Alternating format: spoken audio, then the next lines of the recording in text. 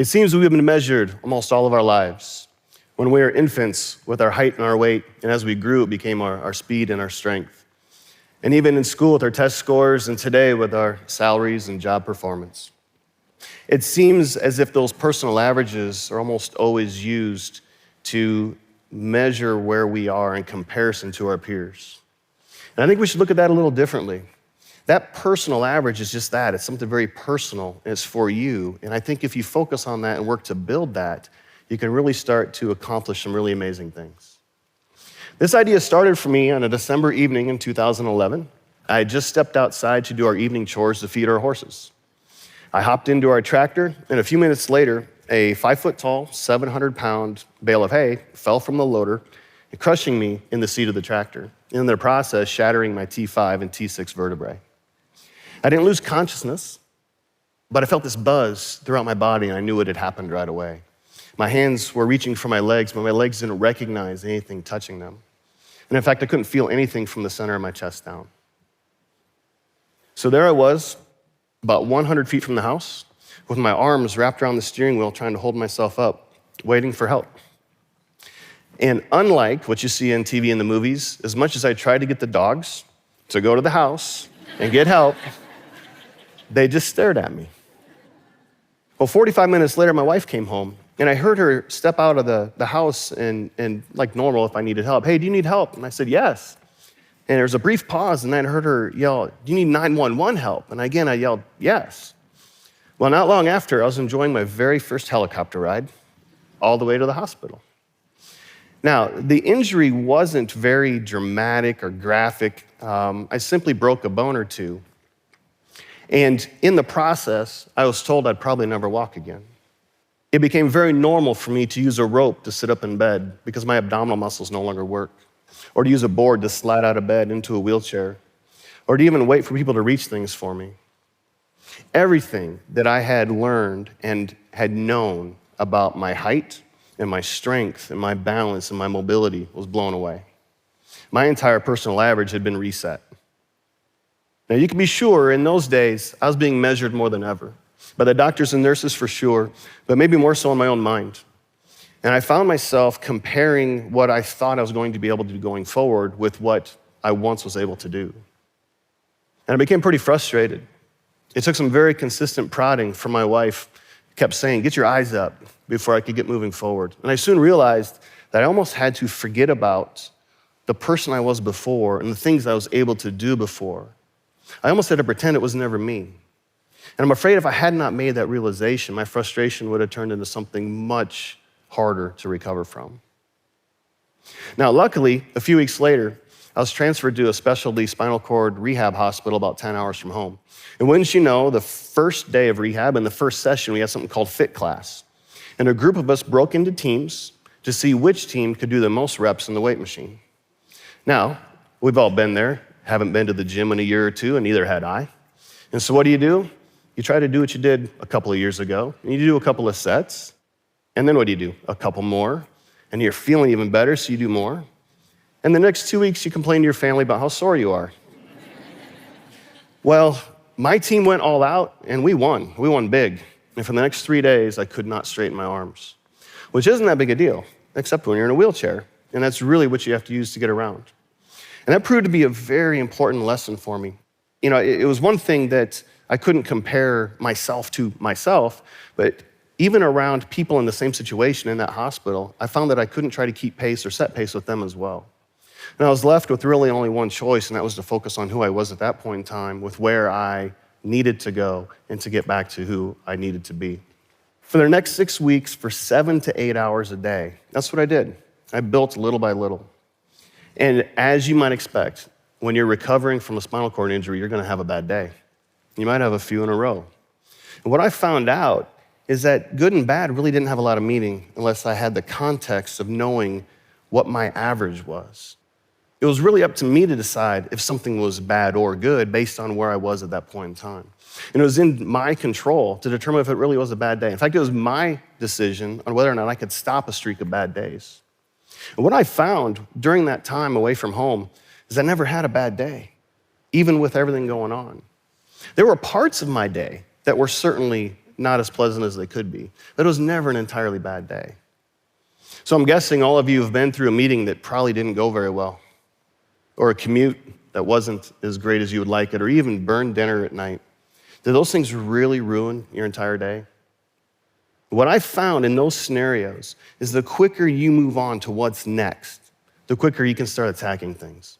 And by moving on to next as fast as possible, you shrink the time you spend in those bad scenarios, and it gives more time for the good. And as a result, the good outweighs the bad, your average increases, and that's just how the math works. It didn't matter to me if I had spent the morning really struggling with my medication, or at lunch, my legs being very spastic, or even if I had fallen out of my wheelchair. Ask my wife, it happens quite often, she's here. There were just small parts of my day and small parts of my average. And so in the months and years that followed, I continued to try to attack things in that way. And before I know it, I was being presented with some pretty incredible challenges, like completing a marathon in a wheelchair. In early 2016, I met my physical therapist, and after a few really grueling sessions, she must have sensed something, because she pulled me aside and said, you should do a half marathon in your wheelchair. Oh, yeah, it's in 10 weeks. And I thought in my mind, you're crazy. I didn't have a workout plan. I didn't have any way of knowing how fast I needed to go or how far I was supposed to go.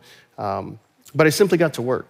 And I started tracking every workout every day, and I simply wanted to be as good as or as fast as I was the prior day. And in the end, I really created that average for myself, and I tried to build on that as much as I could. Well, I finished that race right in time with what my average should have been. And somewhere along the way, I kind of closed the door on who I once was. That person who I was before and all those things I thought I was able to do, it really didn't matter. In fact, walking again really didn't matter. It became much less of a goal for me in terms of where I was going to go. And besides, you guys are so slow when you walk.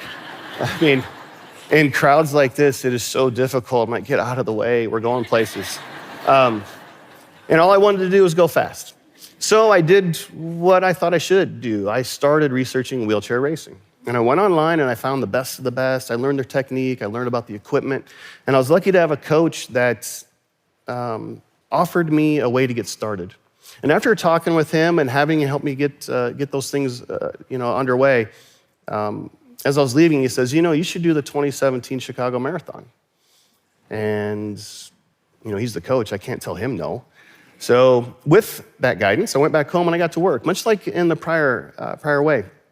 And I continued researching, but I had learned my lesson. I was really careful not to compare with how accomplished those people on the internet were and how fast they were, because if I had, then I probably never would have continued going through with it. Well, the weekend of the race arrived, and it was just like going to college for the first time. You're dumped off. There's a whole bunch of people around you. You don't really know very many of them.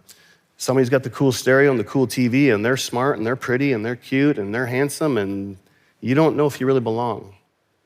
But then somebody says, hey, let's go get food. And all of a sudden, that friend group happens, and you start to settle in. Well, that weekend of the race, we had a meeting called the Wheelers meeting, and there were 60 wheelchairs in that room the night before the race. And wouldn't you know it, all of the people that I had been researching were there, the best in the world. There must have been over 50 Paralympic medals in the room that day. And I felt pretty small, and I fell back into that trap of comparing myself. I knew that my averages that I had been tracking during my workouts were over 90 seconds slower per mile than theirs.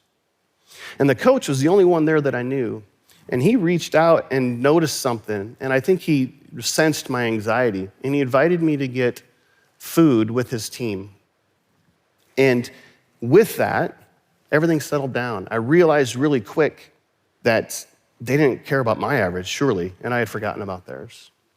Well, that next day, I finished the race about 45 minutes after the person that won it. But as I was leaving, those new friends who are very close today challenged me to stay involved and to keep working through different races and competitions. And so I did what I knew how. I went home and I got busy. Now, as you can imagine, being in a wheelchair, let alone training for a marathon in a wheelchair, is a pretty lonely thing.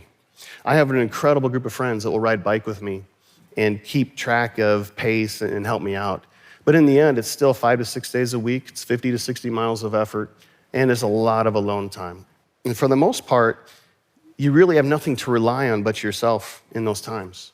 It's my average, and I'm trying to get better little by little. Well, this fall I was in Chicago for the third time. It was my 7th marathon.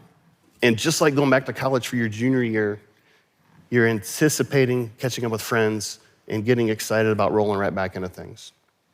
Well, I attended the same pre-race meeting and the same pre-race meal and caught up with those friends. And we lined up for the race. And right at the start, my average kicked in. And before long, I caught up with some of those friends, was able to keep pace with them and push together. But it wasn't long before I faded. It just happened, and I found myself all alone again with really nothing to rely on other than what I had worked so hard to be at. But we turned into the wind at the halfway point, and my average became a really strong advantage. And it wasn't long before I actually caught some of those friends and passed them all the way to the finish.